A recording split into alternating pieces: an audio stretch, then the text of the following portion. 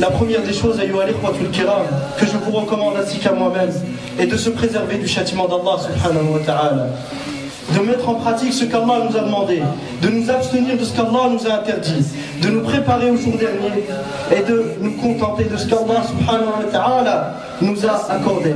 Voici quelques paroles utiles et bénéfiques, très chers frères, pour ceux qui sont bienheureux et qui ont voulu suivre le chemin d'Allah subhanahu wa ta'ala, qui leur seront une lumière à une époque où les ténèbres ont envahi la terre, excepté le cœur et la terre des muwahhidines. Une époque où règne l'obscurité de l'ignorance, la prédominance du mal et l'orgueil, et le refus de la loi du tout miséricordieux, Allah subhanahu wa ta'ala. Une époque où chacun se complaît à ses propres idées, dénudé de la lumière des deux révélations, le livre d'Allah et de la sunna de son messager, sallallahu alayhi wa sallam, accompagné de la compréhension des trois premières générations bien guidées. Donc sachez qu'Allah vous comble de sa rahma, sachez qu'Allah vous comble de sa miséricorde, qu'avoir une véritable foi en Allah subhanahu wa ta'ala, accomplir les bonnes œuvres, invoquer Allah fréquemment, s'humilier entre ses mains et lui montrer le grand besoin que l'on a de lui et s'humilier devant lui, sachez que ceci est le meilleur moyen de rester ferme et déterminé dans sa foi et faire preuve de courage et patience lors des épreuves. Et sans ces bienfaits, les bienfaits d'Allah, la faveur d'Allah, la bienfaisance d'Allah et la facilité qu'il leur accorde afin de réaliser leurs projets, les êtres humains ne seraient en mesure d'obtenir quoi que ce soit. Ils ne pourraient rien obtenir. Si Allah t'avait pas donné cette force que tu as, tu ne pourrais rien obtenir. Ni subsistance, ni quoi que ce soit.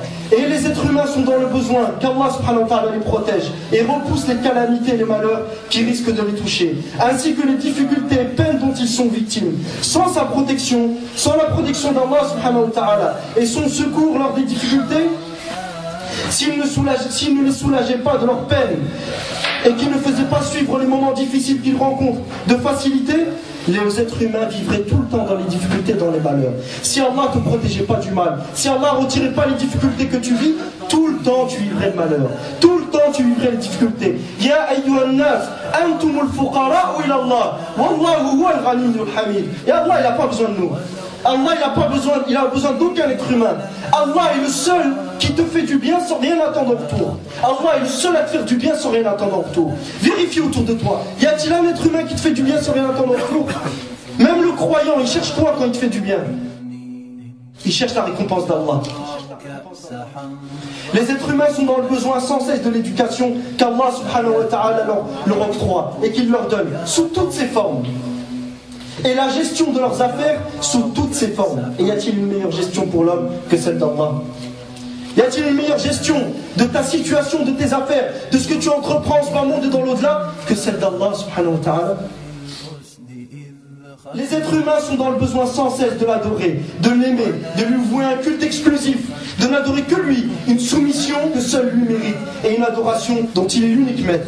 Le seul qui mérite cette adoration, c'est Allah subhanahu wa ta'ala. Et si Allah ne nous permettait pas de l'adorer et de faire ce qui a précédé, les hommes seraient perdus et leur âme pervertie, leur cœur détruit et leur état, et ce qu'ils accomplissent et entreprennent serait en vain, ne servirait à rien.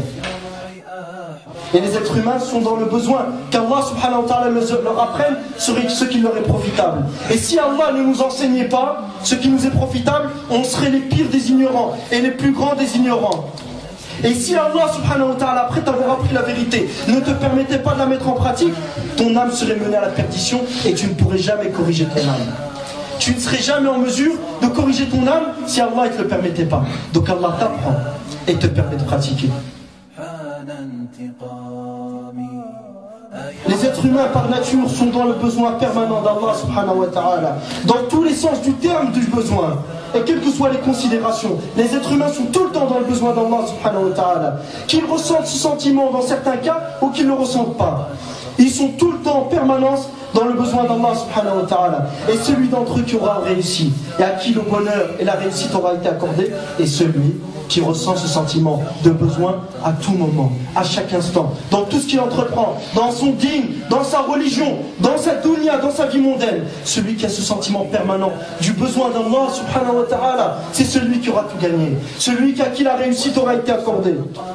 Il se soumettra alors à Allah, le suppliant de ne pas le laisser dépendant de sa propre personne, le temps d'un clin d'œil, l'implorant de l'aider dans tout ce qu'il entreprend, gardant ce sentiment à chaque instant de sa vie.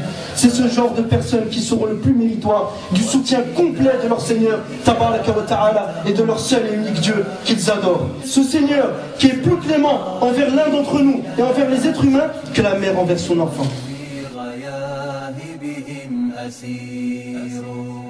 Et voici, très chers frères, quelques moyens qui aideront le musulman à supporter les malheurs et faire face aux difficultés, et qui augmenteront sa force, sa fermeté, sa tranquillité et sa sérénité. La première des choses, une foi véridique. Allah subhanahu wa ta'ala dit, certes Allah défend ceux qui ont eu la foi. Certes Allah défend ceux qui ont eu la foi. Cheikh Abdurrahman Sa'di, qu'Allah lui accorde le paradis, et le compte de sa rahma, dit, nous avons ici une information, une promesse et une bonne nouvelle. Et une bonne nouvelle de la part d'Allah subhanahu wa ta'ala, adressée aux croyants, qu'Allah les défendra de tout ce qui...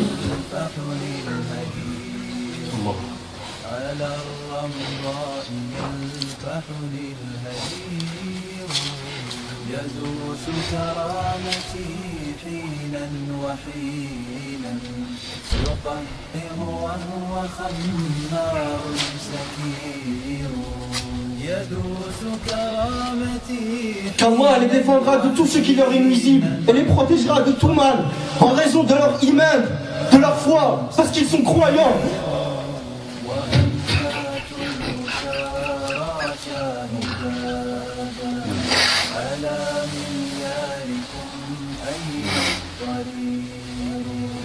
وأنات الأسارى شاهدات على معياركم أين الطريق وأين الفارس المغوار ياتي يفك القيد أعياه الزفير وأين الفارس المغوار ياتي.